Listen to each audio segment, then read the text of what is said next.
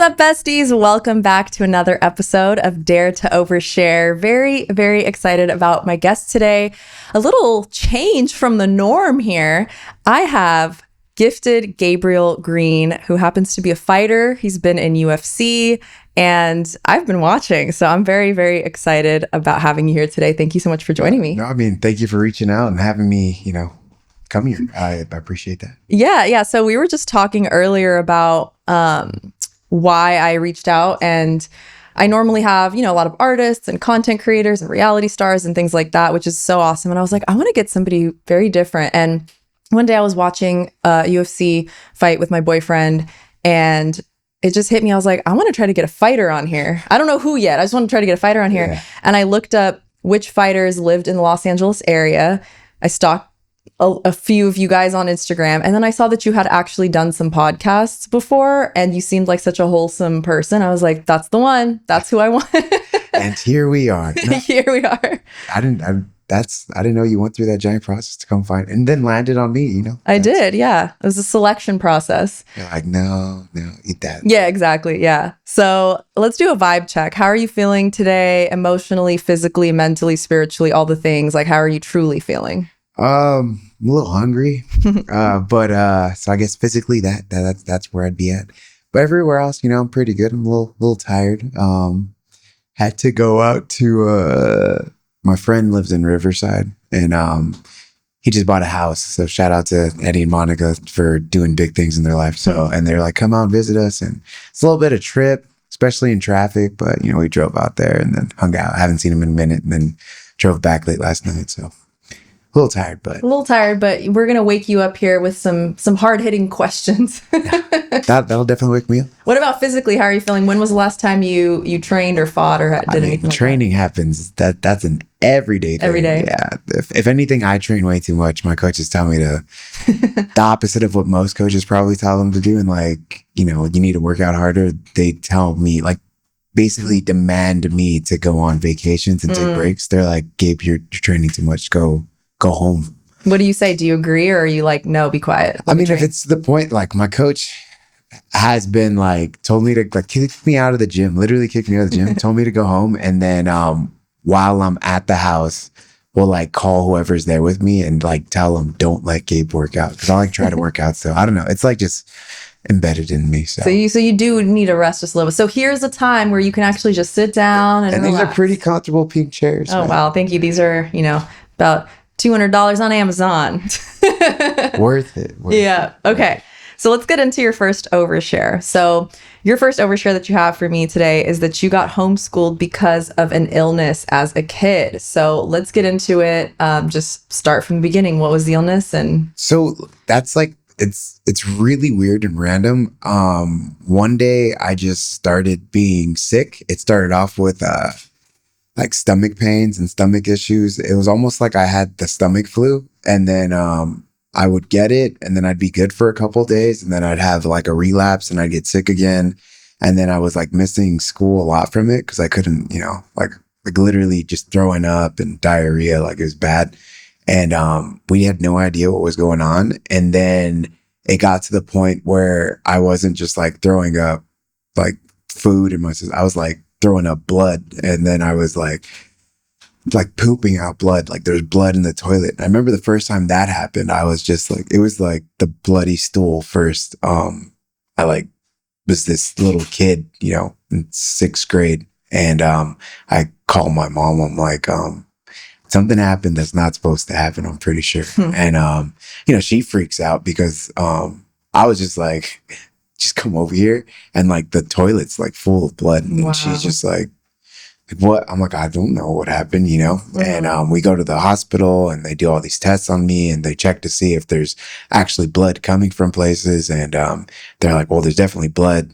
And I'm like, yeah, I'm not lying, I didn't throw food coloring in the toilet, And so we go through that, and then they kept on just running tests on me to try to find out what was the actual illness. And every test that they tested for, I didn't have. So for that long period of me being sick, there was no actual like diagnosis. Sounds about right with the medical industry. Yeah, it was just, they were like, well, these are the symptoms and you definitely have these symptoms, but we have no idea what's causing it. So I just went through years of them having no idea what was going on, and just me just like, I'd feel a little bit better, and then all of a sudden I'd be sick again. It just kept on like yo-yoing over and over and over again.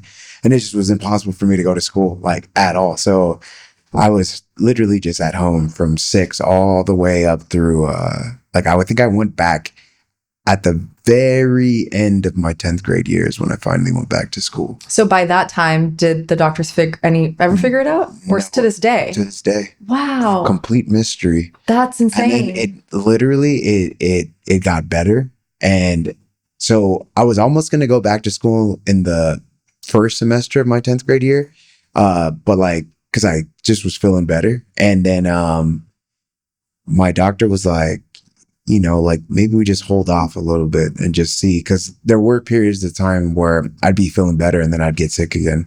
So then, but it was like an extended period, and he's like, let's just hold off before, so we just don't send you back to school. And then, so I was like, all right. So then they kept me off for like another, like 2 or 3 months. And then, I was like, I'm good, I think. And then they were like, well, go back to school. And I was so like, ever since then, you haven't had anything like that? Nothing like that. And all. you're getting punched in the stomach and the head now. And you're and no, I'm telling you, and it's like I couldn't work out. I couldn't do anything. I was laying in bed pretty much the whole time.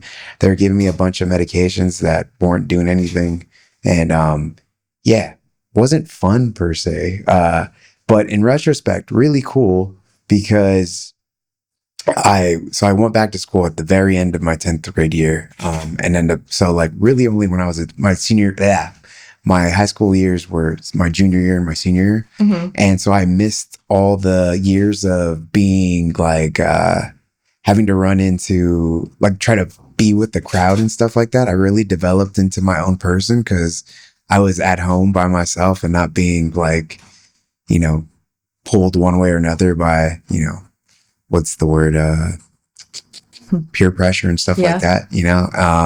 So, I mean, it really made me a resilient person for just having to go through everything. And then, yeah, like I really wasn't affected by anybody else. Like I was just, it was me with my thoughts and my mom, my dad, my brother and sister, like, I mean, cousins when they'd come over and stuff like that. But so yeah. How is homeschooling in general? Because I know some people that have gotten homeschooled and I hear about it. I'm always so curious what the experience is like for the kid. So the homeschooling is not like, because I'm still part of the school system. I'm just basically a teacher comes to the house and goes, this is what everyone's doing at school. Okay. And he just like drops off the work and then he leaves. Oh, so your parents or your mom, they weren't like teaching you necessarily. No, I taught myself 6th through whatever. And yeah, you just like, this is your textbooks, read the textbooks. This is your homework, do the homework. If I had a test, he'd give me the test and he'd like prompter it and make sure I didn't cheat. And then, you know, he'd take it back to my teacher that was in school. Mm-hmm. She'd grade it and she'd bring it back to me. Cause obviously the teacher that comes isn't, you know, good at every subject, you know. But they watch you do the test. Yeah, they watch me do the test, make sure I didn't cheat. And then, you know. And ChatGPT didn't exist back then. Because nowadays. Just pull up my phone. Yeah, it'd be so much so easier. Easy. Yeah. Nobody could tell me school is hard nowadays because you can find the answer to everything. I know if ChatGPT was around, and that was the one thing I noticed, because my school days were like 2 hours long, maybe. For like myself, which is cool because like I was in a lot of pain and not feeling well. So the faster I can get done with it, the better. But then when I went back to school, I was sitting like at the desk, like, why am I still here? This is dumb. Like school should have been done like hours ago. Cause I find the school system is more so just a place for someone to watch your kids while you're at work. It is. It's kind of like a babysitting situation. I feel the same way. This is kind of a hot take about working in an office versus working remote. I feel, there are some professions where you have to be there. If you're a doctor, you're a surgeon, you're customer service, you know, you have to be where you're at. But anything that doesn't require your physical presence, I'm like, you are wasting these people's time. No, You can be working remote, Yeah. still get everything done. Obviously, you're monitored on your work. And then if you have a few hours left over, why not do your own thing? You know what I mean? So I feel the same about I that. find that 100%. And then you got to think how big the buildings are. Like if you don't have to pay for that rent and stuff, the company would save so much money by not having them come in. Oh, and you can maybe give your employees a raise every now and then. Yeah, Think about that. For sure. I think the same thing.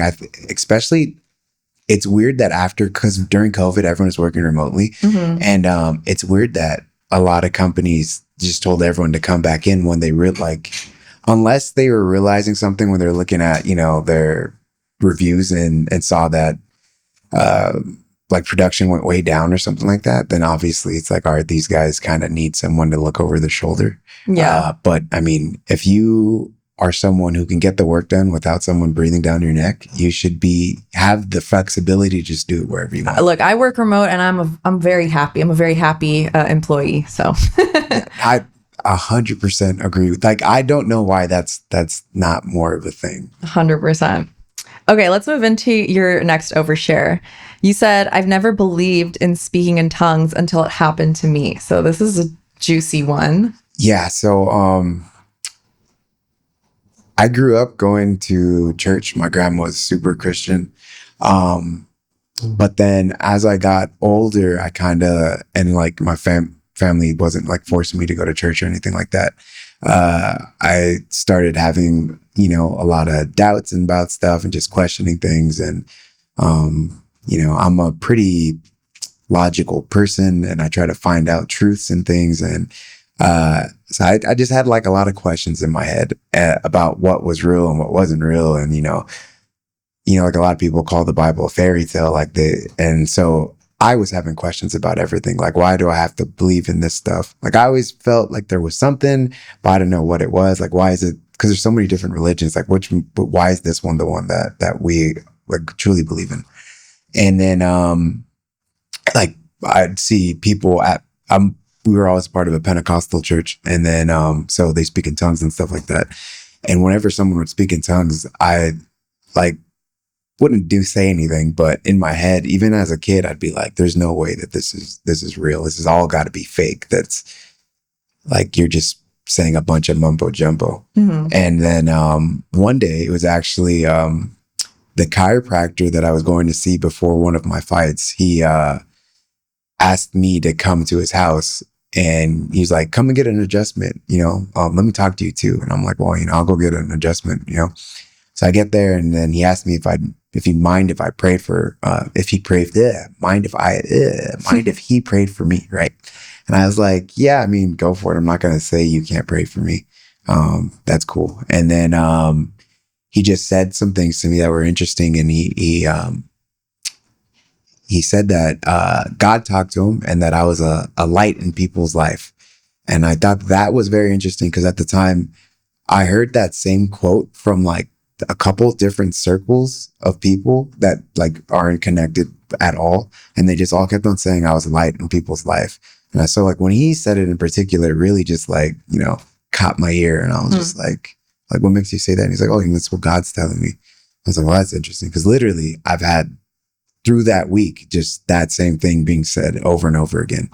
And then he asked me if, like if I am Christian or what religion I'm a part of. And I'm like, yeah, I mean, I guess I'm a Christian. And then he asked me if I prayed, and I said like, no, not really. He asked me if I read the Bible. I'm like, no, not like I've opened it, but I've never read it cover to cover. And he was just like, it's like, and then he's like, that's Christians. They're supposed to do those things. And I'm like, yeah, I guess I'm not that good of a Christian, And then he was like, well, why don't you come inside for me real quick? And I go inside of his house because we were sitting on the porch, and he laid me down on his table for like an adjustment. He's like, I'm gonna just pray for you first. And I was like, all right, go for it. Knock yourself out. And he starts praying for me, and he put some like oil on my forehead, and my eyes are closed, and I'm just kind of accepting what's happening. And then he throws this blanket on me. But as he throws the blanket on me, my whole body starts to tremble and vibrate, right? And this like electric, warm, just beautiful feeling comes out like through my whole body, and it's just resonating like I'm tapped into some kind of divine frequency. And my mouth begins to like just like quiver, kind of like it just like words want to come out, but I don't know what's happening. And as this is happening, my eyes are closed, right? And I like was like, what did he put on me? You know, like I thought he put a vibrating massage blanket or something, because he's a chiropractor, so he has access to like, you know, different tools. So I creep my eye open and I see that it's just a super, like thinner than my shirt, a super thin blanket with like some Hebrew or Aramaic written on it or something. And so I'm like, what the heck? And then like when I did that, I like opened up my eyes completely, and he's still like, he has his hand on my forehead and he's praying for me. And he looks at me in the eye and he's like, just you know, just don't fight it, praise God, and just let things happen.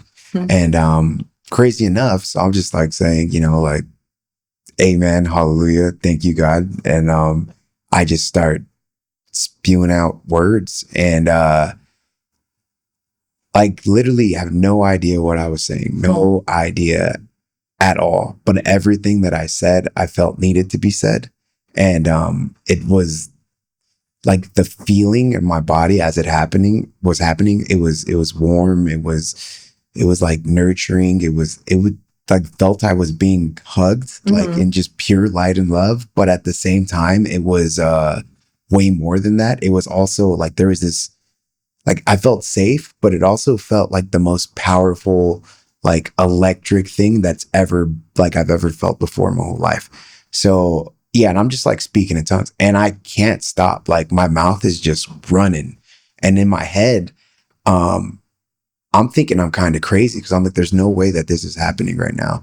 And then, but like between the feeling and the words coming out and me like just kind of just going, I like realized that at that moment that God is 100% real, that, and like, it's the Christian God that's real, because, you know, like this guy's praying for me and he's a Christian, like he does Christian ministry on the side and stuff like that. So I'm like, it'd be weird if a different God came to me right now, you know, like it's the Israelites God, right? The Most High. And I'm just like, okay. And then I start crying, because I'm like, I've doubted this for a long time. Like, I'm an idiot. And then I just start running through my mind, like every sin that I've ever thought I've ever done. And I start asking for forgiveness. And I'm like, I'm sorry. I did this. I did that. I did that.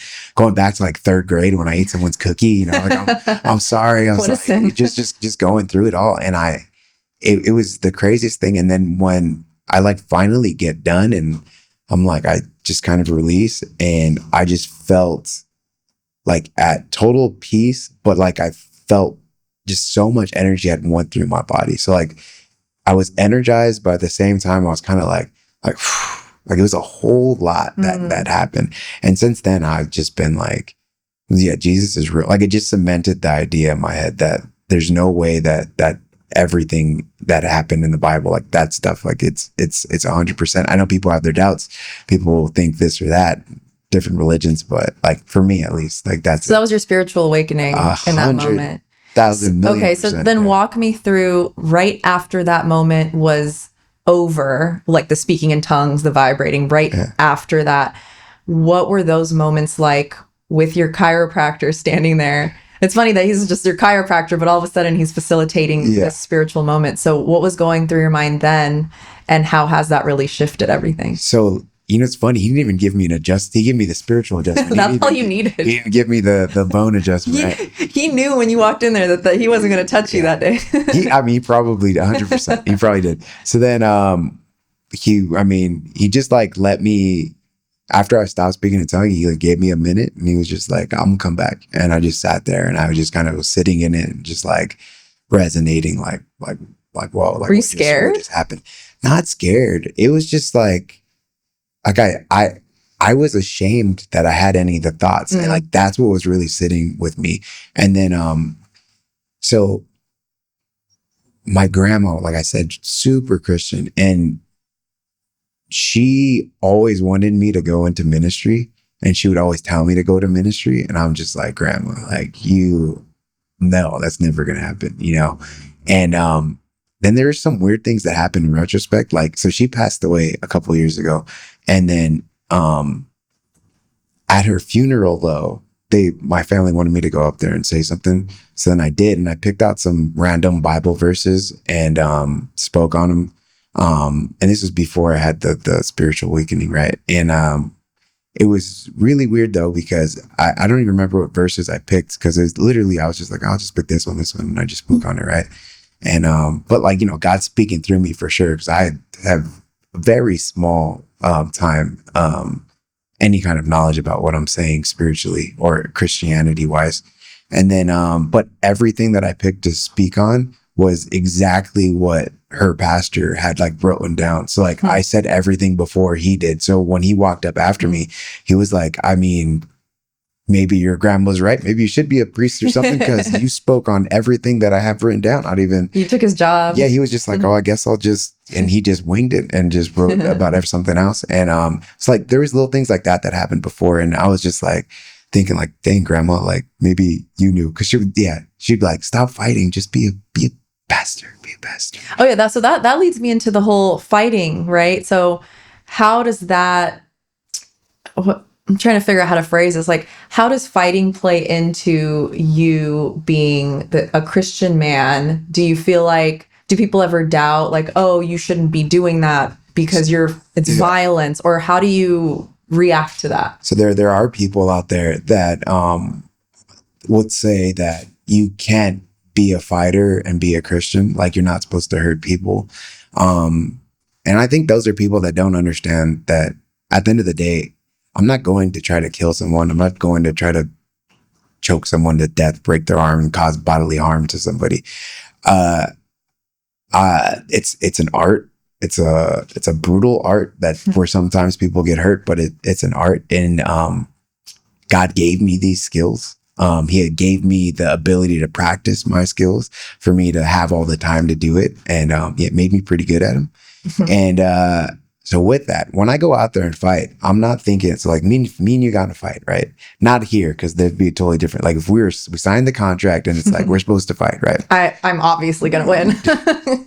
I'm gonna try my best, but at that point, I'm not thinking I'm gonna knock you out, I'm gonna break you, I'm gonna do this or that.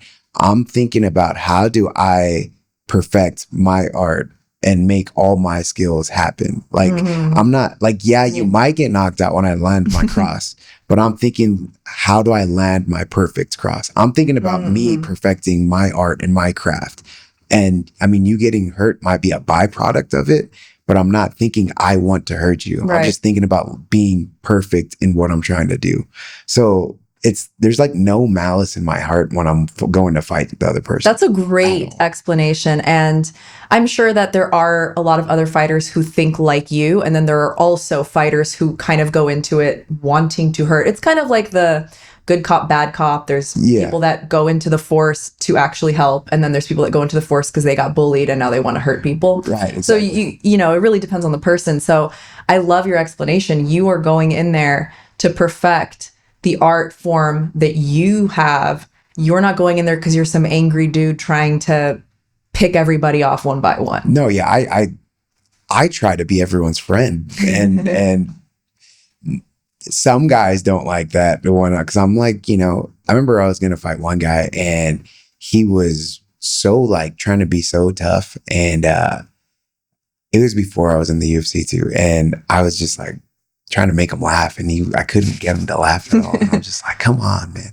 People are too serious. Before I even became the super Christian that I am now, I've always been, you know, pretty mellow and just chill about things. And then I finally got him to bust up because we had done our face-offs and we were walking away. And then my parents were like, oh, let me get a picture. So then I was right there and my opponent was right next to me. I was like, why don't you jump in the picture too? So he walks in, and then his mom walked up, and then he was like, oh, can I get a picture with you and like for my mom too? And I looked at him and I looked at her and I was like, hi, mom. And he like busted up a little bit. And I was like, oh, I got you. And then, I mean, even my last fight, the guy who I fought was he's always giving glory to God and is, you know, posting about Christian things. So we were about to walk out to the weigh-ins, and I asked him, because he was trying to be like tough and stuff too. And I was like, hey, you're Christian, right? And he said, yeah. And I'm like, can we pray before we fight? And he looked at me and he wanted to say no, but he knew, like, I don't know, he felt conviction. And he's like, because I mean, we have to love each other. We're gonna go fight each other, but we don't have to hate each other. Yeah. I can love someone and punch them in the face. Like, it's like I said, it's not out of any That's the title of this episode. I can love someone and punch them in the face. That's it right there. Yeah. You know, because I mean, you got to think too, like, on a daily basis, I go train with some of the people that I'm the closest with, like my teammates, and I'm punching and kicking them and choking them all the time. And we're like best buddies. Like, I love those people and they love me back. Yeah. We're trying to get each other better. And that's all that it is. So, yeah, he's like, okay, like, yeah, let's pray. And I tell him, do you want to do it on stage right at weigh-ins? Do you want to do it after? Do you want to do it right now before we walk out? Like, when do you want to do it? Like, 'cause, I mean, you're allowing me to pray with you, and that's all I'm asking for. And he said, after we weigh in. So we do the face-offs, right? And like, it wasn't Dana White. Sean Shelby was in between us. And he's like looking super tough, and I'm smiling because I'm like, I don't care how tough you are right now. We're going to pray right now in a second. So like, go ahead and keep your tough guy act.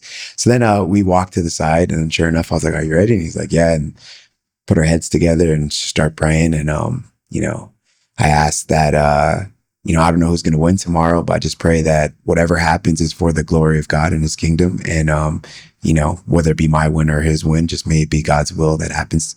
And, you know, he says, amen. I say, amen. We go. And I'm like, amen. You know, see you tomorrow. Let's have fun. Yeah. And then, that's a lot of people ask me after our fight, bless you.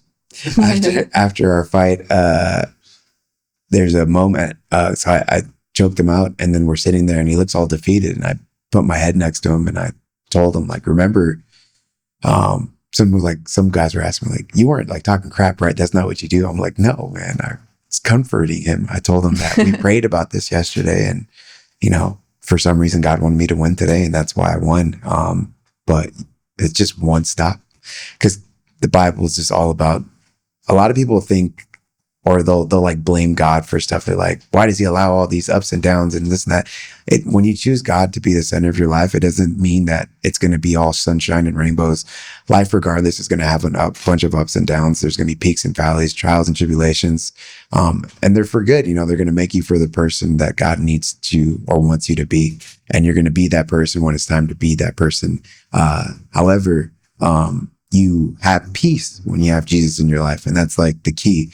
While you're going through the ups and the downs at all times, if you have them in your life, then, you know, you're I'm all about surrendering, right? So it's like just allowing whatever is happening to you to just happen, and looking at it, like you said, from a place of, how can I grow from this? How can I learn from this? How can I be better? And how can I maybe do differently next time, versus feeling like you want to blame someone or something, or you want to feel like the victim. And so it's really exactly what you're saying in all situations in life. Yeah, so extremely freeing. Like, a lot of people think that. Yeah, it's liberating. Yeah, when you're a Christian, like, you have to follow all these rules or something like that. And it's like, dude, it's like Jesus takes the wheel. I'm free. I just be going through my daily life, trying to be in the moment as possible.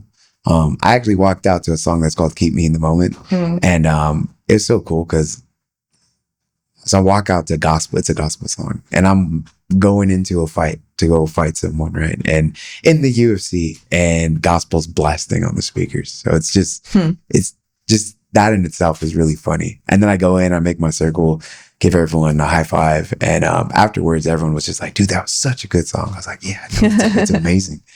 But yeah, I mean, when it comes to, just, yeah, being able to fight and hurt or not hurt people. It's just, I find like being centered is the best thing. You know, you're not emotionally riled up. You just like, all right. And I mean, in everything in life, not just when you're going to go into a fist fight. Yeah. Just being right there, rooted, and just okay with whatever happens is the best way to be. Yeah. I think it's such a great thing to just put out into the world, that just because you are a fighter doesn't mean you're walking around angry and wanting to fight people for no reason, you know? And I think that a lot of people who, either do watch fights or don't, probably assume that that's a majority. So it's nice to kind of break that stereotype with somebody like you, who you're just a kind, loving man who fights as an art form and leaves it there, you know? So, and like, I have not been I was in fights before I started training. But I haven't been anywhere near a fight, like in the time that I've been training and stuff like that. Well, because now you get paid to fight. So why would you fight for free? Yeah, I mean, no, for sure. Why are you going to fight somebody outside for free? For sure that. But I mean, there's just like literally not an ounce of me that really wants to fight it. Unless it's like self-defense, someone's trying to hurt your wife, you know, or whatever. It's like, but I mean, so like, I remember one time after I fought Ian Gary, and my friends were like, let's go out still. So I mean, I lost the decision, but we're like, we're already in Vegas. Let's go hang out. There was I think it was Encore Beach was having a night swim, and they're like, let's just go. I'm like, all right. You know, I didn't want to hold everyone, be a party pooper, you know, and just because it's the same, you know, I lost, but whatever. So then we go out there, and then Shaq was the DJ. And so everyone's just partying out to Shaq. But so it's a group of my friends, and all of us train, and like our wives, or I was just my girlfriend at the time. But this guy pushes my friend's wife, right? And some dude pushes my friend's wife. And then my little brother was right there in the corner, and he pushed the guy back, right? And I'm looking like, what's happening? And when he pushed that guy's friend turned around and was like, hey, you pushed my friend. But this guy was big. Like the other guys were like my height. This guy is like 6'2", maybe like 230, 240, right? So I'm looking up at him. Or he gets in my brother's face, and I push my brother to the side, and I'm like, hey man, like you need to cool it.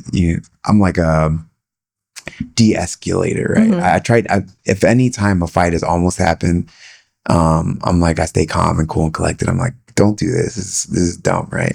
But it was really funny because this guy was really big, and then he said, I'm a defensive end. What are you gonna do to me? And I was looking at him like, and I couldn't help but laugh. I was like, you're a defensive end? Like, how is that gonna help you in this situation? I'm not a quarterback. You're not gonna sack me, you know? We're maybe gonna get into a fist fight right now. So, but I like almost like comedic, like I might have looked like a maniac to him, because I couldn't help but like hysterically just bust up when he said, I'm a defensive end. What are you gonna do to me? I was dying. You're like, do you know who I am? Dude, yeah. Like, I'm like, he had no idea. Like, it's like, I wasn't going to lose twice in one night, you know, like I already lost the first time. So, but then also, I don't know how many people he had with him, but literally right next to him was my friend, black belt professional fighter, right? Then behind him was my other friend, a brown belt professional fighter. And my other friend over here is another black belt professional fighter. And my little brother's not a fighter or nothing, but he's right there too. So I had so many friends that trained with me in that, like, circled him, that like, it doesn't even matter if everybody in that crowd was with him. Like, I think we'd mop shop. He would have John Wicked him. Like, yeah, I can't even imagine. He picked the wrong group of guys. But when I started laughing like that, he either thought I was crazy, or he picked up on the situation, and he like just kind of like walked away, because I must have looked crazy. Yeah, he's like, I don't want to fight a maniac. Dude, yeah, because but it was so funny. Like, what made you think? I mean, I don't know if he was drinking. I mean, obviously he was probably drinking, but it's just like, why are those words string together? You know, like in this situation right now. What's that? You don't have a helmet on. There's no shoulder pads. Yeah, that was. But speaking of drinking, I'm going to do my little plug real quick. Not that this is alcohol. This is actually magnesium, but sponsored by Vibes. This is a mood drink with magnesium in it. If you want to get $5 off of your order, you can head to I Drink Vibes. That's Vibes with an S. Vibes with a Y. VYBES.com. And type in code Jackie for $5 off. I actually want to get into hot takes. Are you ready for some? $5 off in this economy? Oh, it's a lot. $5. That's a whole something. Yeah, dude, for sure. Okay, we're going to get into hot takes because you have some good ones here. So the first hot take that you have is that men wearing skirts should not be weird. Shouldn't be. 100% yeah, should not be. So let's talk about it. Well, if you like look up historically, like people didn't start wearing pants till like men didn't start wearing pants till very recent. It's these are very restricting. Skirts are extremely freeing. Why aren't you in a skirt? Well, it's because people would look at me weird. I don't get looked at weird. Yeah.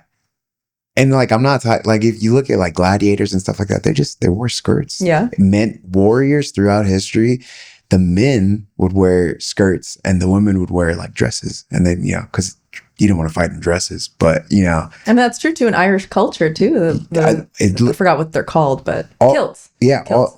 All cultures across the world. I think it was like the cowboy is the reason why men started wearing like jeans. But for the most part, it's 100% bring the skirt back. What about for fighting? I mean, I feel like that would actually be pretty nice to have that much space. Before there was so I do the gladiator cut on my shorts. That's with the cut on the side? So my cut comes like all the way up. And my legs are extremely You're getting ready to wear that skirt. You're getting ready to cut it all the way. I'm one step away. It really, because of how open it is, it's dang near, like, it's still a short, but the cut comes like all the way up to here. Like, I've actually always wondered why some guys choose not to have that. What did you say it's called with the cut? Gladiator the cut. Gladiator. And the other ones are called what? I mean, there's just different names. Some people just do like the regular trunks, and there's no cut at all. I was always wondering why do men choose to wear that when they fight, when obviously having the cut would give you more space to move. I've always wondered. It's like a style thing, because some other guys just do the straight like spandex, right? And those are pretty cool too, because like it's the same thing, because we wear those. I wear it under the gladiator cut. I just think the gladiator cut is cool. So the one I choose, because that's all it is.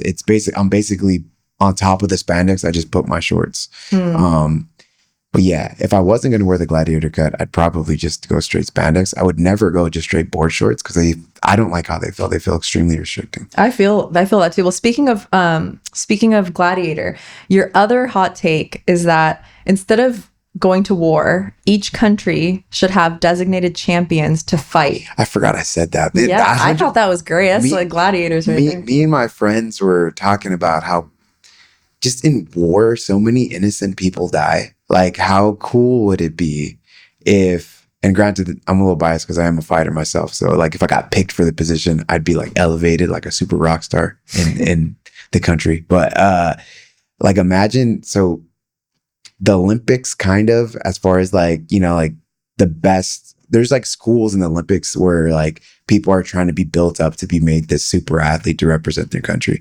So essentially that, except if you wanted to go to war, instead of dropping bombs on someone or just killing a bunch of innocent people, like, we'll say America wants to go fight England, right? America's like, all right, look, this is our champion. He's going to represent us to fight, England. No bloodshed needs to be done. Literally just a fight. If anything, they can make it so that it's not to a decision, like it just straight to like there needs to be a finish, either a knockout or a submission between the two fighters. Sounds like Hunger Games. Well, I mean, they'll actually die, right? Yeah. So like, I mean, granted, I feel like if you're in that position, you're gonna have to be a person who's willing to die for your country. But like literally, that's what the person would be picked for, and you're trained for, and you'd probably be compensated for at that point too, because it's a pretty important job. You are our military at that point, right? No one else is having to be hurt. Not like it's like if you got picked, you're representing America, you go fight England, you have your fight, you win. I guess having a one-on-one would probably be like kind of a little too much. It'd probably be best if every country had like a team and like you had to win best, like, because there's different weight classes, right? So we'll just pick a couple different weight classes, and then the majority wins. That means you won the war. So literally like a game. Yeah. Do you feel like if that was the case, it would be something where people could buy tickets? I mean, I bet you people would go, because it'd be like for all the states, like who's gonna, like, which country's gonna win this war? It'd literally be war. And then like, you'd be able to take over the country at that point. Instead of just killing a bunch of people, it'd just be that's a great idea. It's it's I mean, there's a lot of logistics there, but you have to work out some stuff for sure. But think of the countless lives that would be saved. True. And just be like, all right, True. yeah, you know, like if everyone just agreed upon those things, it'd just be like, all right, well, you know, they won. We're under there. I mean, or you can make it like, so you look at those weight classes, like we'll just say 10 different weight classes versus 10 different weight classes. Majority of the weight classes win. Maybe you have to win like 3 of those tournaments in a row for to have like a complete stake. And then it's like a championship. Like, yeah, and be like, all right, well, they beat us the 2 out of 3, and you know, every time was a majority win. So World Series. now we have to bow down to. Would you volunteer? Well, I would definitely put my name in the hat. I don't know if they'd pick me because I feel like, you know, that's a whole level of extra responsibilities and stuff like that. So they definitely would have to pick the top of the top of the top. And that's what I'm saying. Like, it would change the whole dynamic of everything, because instead of everyone's military power of stacking tanks and guns and bombs, they would literally just be trying to make the best fighters that they could. So like everything would change. I like that. Be very interesting. Matter of fact, that could be made into a movie right now. Yeah, you know, I like that. I'm curious to know what people think. If you have any opinions on that, definitely leave comments below because we want to hear it. Okay, your other hot take that you have is I agree with this. You said it should be mandatory for all people to train martial arts. And I've actually been talking about how I should do self-defense classes because, I mean, especially as a woman, you go outside, you never know. Yeah. Still haven't done it, but tell me about your take on that. So one, you should go find a gym for sure. 100%. Especially, and I recommend jujitsu for women in particular. I don't necessarily recommend jujitsu for men as being the best martial art that they can learn, because with women and jujitsu is one of those things where you're going to be on the floor. It's going to be, jujitsu is the best one-on-one martial art that you can learn, but you have to guarantee that it's going to be a one-on-one thing. Most time guys get in fights. It's not usually a one-on-one situation. There's a bunch of other variables, like where guys get in fights at clubs and bars and stuff like that, where like if me and you were fighting and you're a man, right? Boom, boom, we're fighting. Usually if I take you to the floor, there's someone else that can come in and stomp my head in. So jiu-jitsu is not the safest thing for men to be busting out in the open. However, for women usually get attacked by, unfortunately, dudes in secluded areas where it's just them, right? So jiu-jitsu 100% is one of the best things for a woman to learn. Like an arm bar. Yeah. That's all I know how to say. That's all the only one I know. Arm bars, Americanas, Kimuras. The other day, me and my boyfriend were just watching TV on our couch, and his arm, I kind of just had his arm in my hand, but he had stretched it out like over the couch, middle of the couch thing. Yeah. And I was just kind of having my hand, and he was just like, "You're putting me in an arm bar." It doesn't require a lot. It's a pretty easy snap. Yeah. But besides just women learning jiu-jitsu and men learning, I like I said, I think it's good for men to learn jiu-jitsu, but it's probably better for them to learn some kind of striking art, so where they don't have to actually go to the floor. It would be cool to have this in school as instead of just gym being like gym, you can play whatever. I think it would be so cool to have self-defense in school. Yeah. It's like some schools, high schools have wrestling and stuff like that, but you know, they used to have boxing teams too. Yeah. And I just feel like maybe almost instead, or I don't know about instead, but just like offering self-defense for what you're saying. And then one college in particular is offering like martial arts scholarships. They're teamed up with Uriah Faber, who's a UFC Hall of Famer. He has a gym, and so they're allowing people to go to school, and like they have a bunch of kids at that university enrolled inside their gym. So it's kind of happening at the college level right now. So hopefully it makes it down to like the high school level eventually. But the big reason why it should be just universal and kind of mandatory is because martial arts teach you so many good like lessons. You learn to be very comfortable in uncomfortable positions. Like you get humbled very early because people are better than you, and they're like, if it's a striking art, you're just getting punched in the face a lot, and you realize that it's a lot harder to fight than what you think it is. And then in jiu-jitsu, you're getting choked out and tapped all the time. And then, so it teaches you how to be humble. It teaches you that discipline and showing up to get better all the time. And then more than anything, it teaches you how to like just solve problems and not be flustered. Cause like if I'm in a triangle and I'm getting choked out, you learn a lot about yourself, right? Because you realize if you're someone who is going to just give up, or if you're someone who's going to push through and try to find a solution to problems when you know your back's against the wall. So I would love to learn. I don't know if we can do it in this setting right here, but like one really good self-defense move that all women should know. Oh, that's like, it's like quote unquote easy to learn. There's just kick them in the nuts. But is there like a right way to do that to where you're like a correct technique versus just like, let me just try to kick? Is there a right technique? I mean, I think anytime you hit someone in the nuts, it's just going to hurt a whole bunch, and it'll stop someone in their track for sure. I mean, I guess the best, so like there's this thing, it's called a push kick or a teep. And so you bring your leg up and you go, wah, right? My knee pops, bam. And so usually we throw that to the stomach, or if you're flexible, you can hit someone in the chin. And it's a really good tool to just keep someone away from you because your legs are so long. But we tell someone to chamber it and bring it up first and then snap it, because we don't want to accidentally hit them in the nuts, because that's a foul.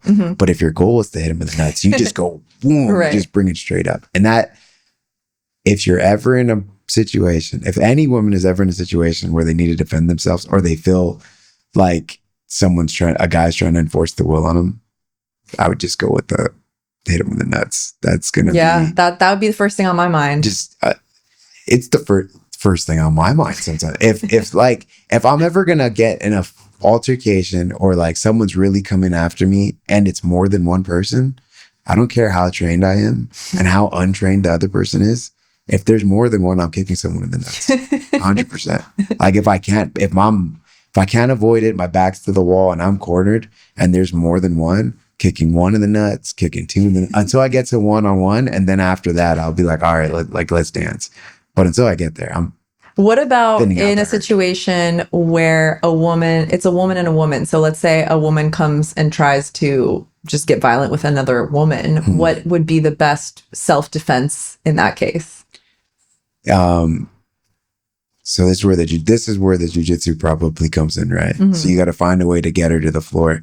I would say probably the easiest way to do that is just manipulating her hair, but like getting a good grip. If she's got hair. There's the variable if she's got short hair. So then if that's the case, no, you just, jiu-jitsu, you're going to learn some type of takedown. You get them to the floor, and then that's where the controlling and everything happens.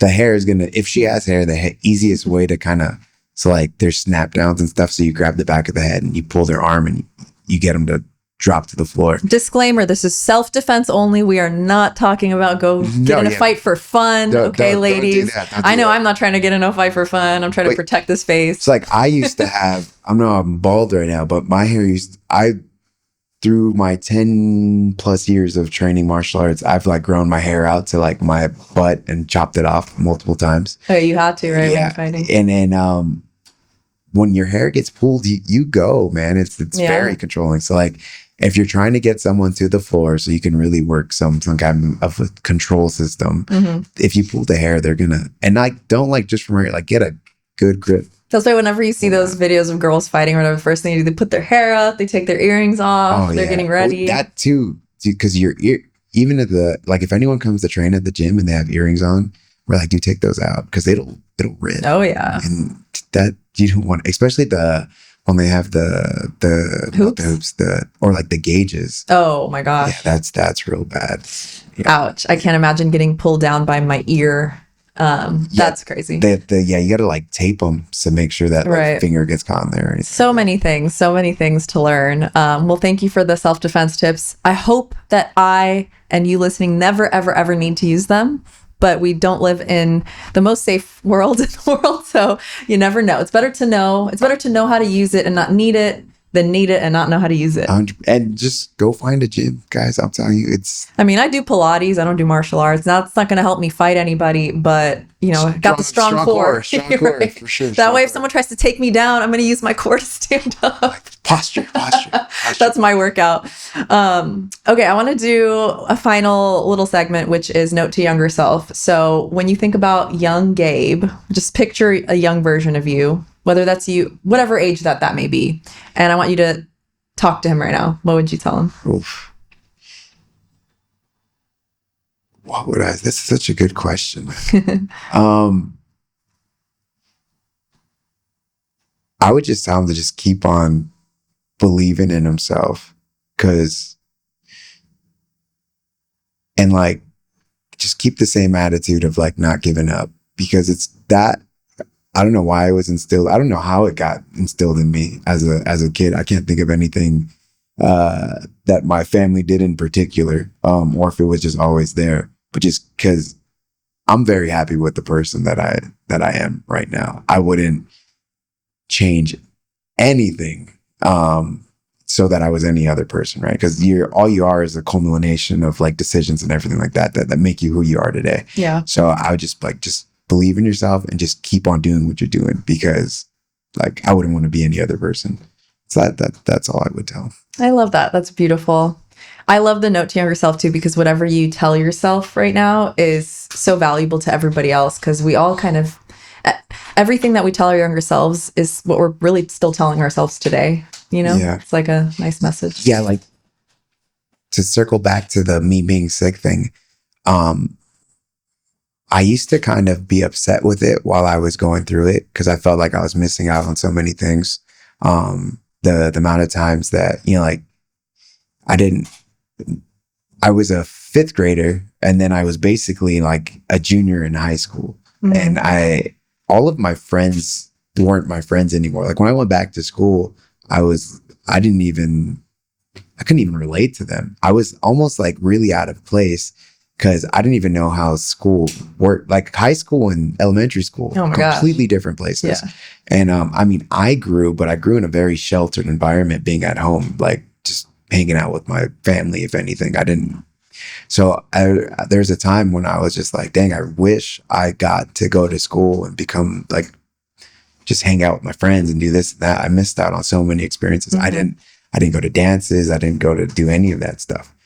I remember it was so funny that when I went back to school, and then like now I'm attracted to like girls and stuff too. So like that was a whole giant thing to get used to, right? And people were talking to girls, and I didn't know what to do at first. I was just like, my friends had to like teach me how to talk to girls, basically, because I was so out of place. I'm like, you guys want to come color later? Like I was so far removed, and so I was like, dang, like my whole life is messed up, Do you want to come color? It's funny, as adults, I feel like that would be so sweet, to be like, do you want to come over and color? if I try, like I had no idea what I was going to say to anybody. Yeah. And so like I was thrown into this whole new world basically, and everything was just like, I was almost overwhelmed a little bit at first. And then luckily I met a friend, and he really kind of pulled me out of my shell and helped me a lot. And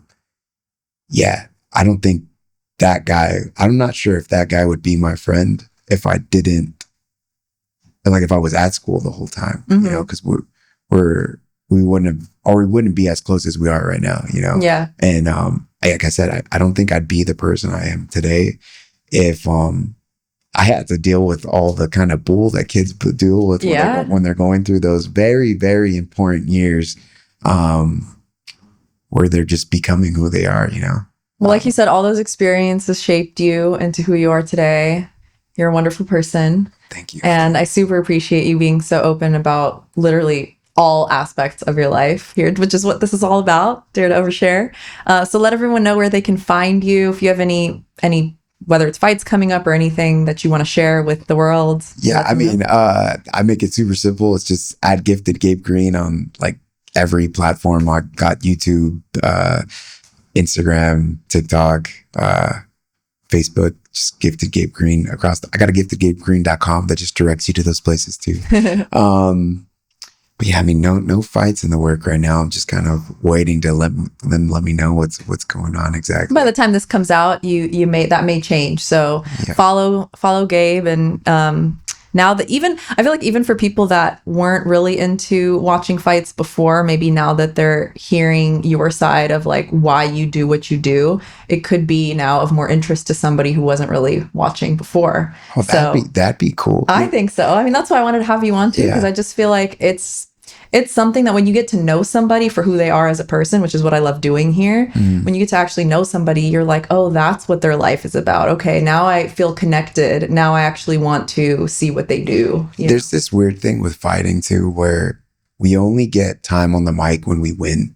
And that's like a small little clip where someone gets to actually see our personality and stuff like that. Otherwise, we're just two guys running at each other. Exactly. And all people see is just this sort of violent aggression, right? Especially if you don't actually follow the person. So when I was looking for a fighter to come on and I did find your Instagram, what resonated with me was I was like, this guy is super grounded. I could tell that this is a good person who fights for a living, who isn't actually going out and just being reckless, because there are those people. I dated one, so I know.